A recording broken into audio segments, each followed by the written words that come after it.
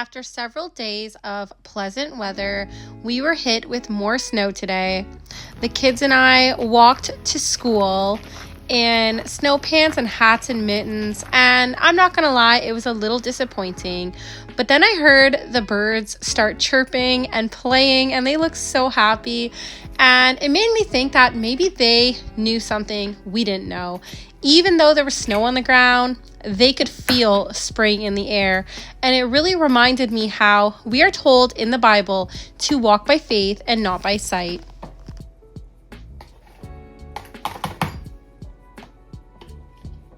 We wait in anticipation for spring, knowing that it will arrive. And it got me thinking, do we wait in anticipation for the return of Jesus? Because we know that one day he is coming back, but do we always live like we know that? I know in my life, I am definitely guilty of not always having an eternal perspective and being way too focused on the things of this world. But springtime reminds me that there is always a time for a new beginning. And just like it is the beginning of a new season for spring, why can't it be a new beginning in my relationship with Christ? Even though I've made mistakes and not always acknowledged God in all my ways, not always walked according to faith, but attempted to walk according to my own understanding and sight, his mercies are new every single morning. And so even though maybe yesterday I didn't acknowledge him the way I should, today is a brand new start. And just like spring is a new season, I am going to embrace a new season with Jesus and seek to put him first and acknowledge him in all my ways. So I want to invite you also to seek the Lord with all your heart. John 3:15-17 says that whosoever believeth in him should not perish but have eternal life. For God so loved the world that he gave his only begotten Son, that whosoever believeth in him should not perish but have everlasting life. For God sent not his Son into the world to condemn the world, but that the world through him might be saved.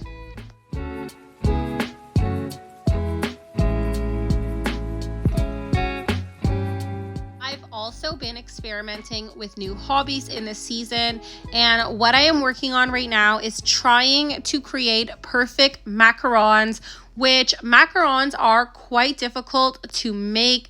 They do require, I guess, to follow directions step by step, and they can be kind of delicate in some ways. You have to do the mixture just right, which, as you guys will see, I actually ended up intermixing mine this time.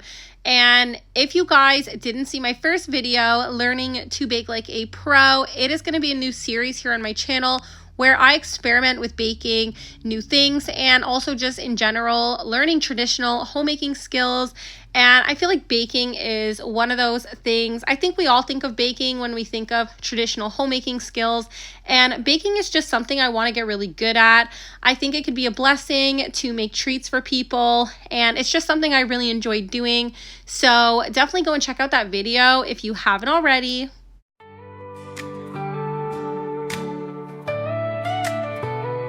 When the storms of life are raging all around, and you feel your feet can't stand on solid ground, just remember what the good Lord said to you.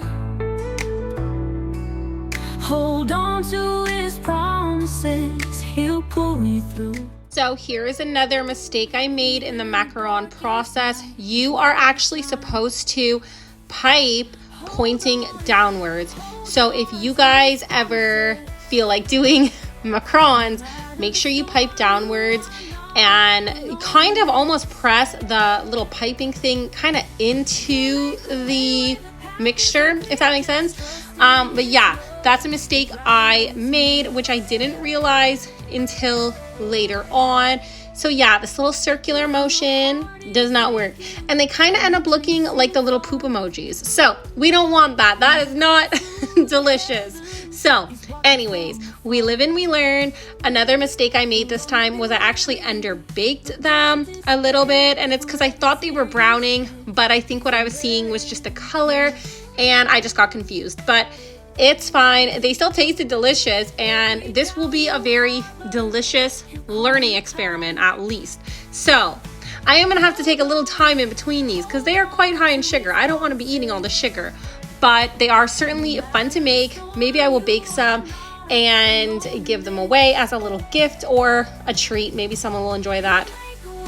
The path is unclear, just trust in His love. He'll dry your tears. So the flavor of macaron this time was actually orange chocolate. I was really trying to go for like a Terry's chocolate orange, and so I just did the macaron shell like regular with vanilla extract. You could also use orange or lemon extract here. I would use it sparingly. A little goes a long way. And I would have made the shells a little bit darker orange. So I think next time if I do this flavor again, I will do that.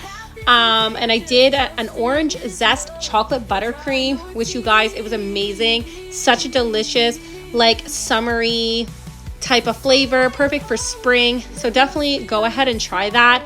And if you want another idea for macaron flavors, like I said, I have another video that I did before this one. Definitely go and check it out. It's not as nicely edited, I feel like, as this one. It was very much a trial and error kind of day.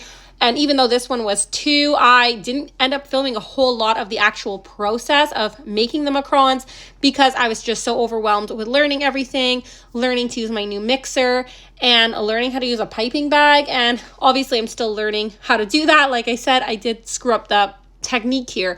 But this step is crucial, by the way, guys, slamming down your baking sheet when your macarons are finished, and also letting them sit for at least half an hour before you toss them in the oven. So these are my little mistakes. I'm making mistakes so you don't have to. As you can see here, I was also trying to get them a little more smooth. And again, this was a mistake, but yeah, that is it for today's video, guys. I know it's on the shorter side, but I hope you enjoyed it.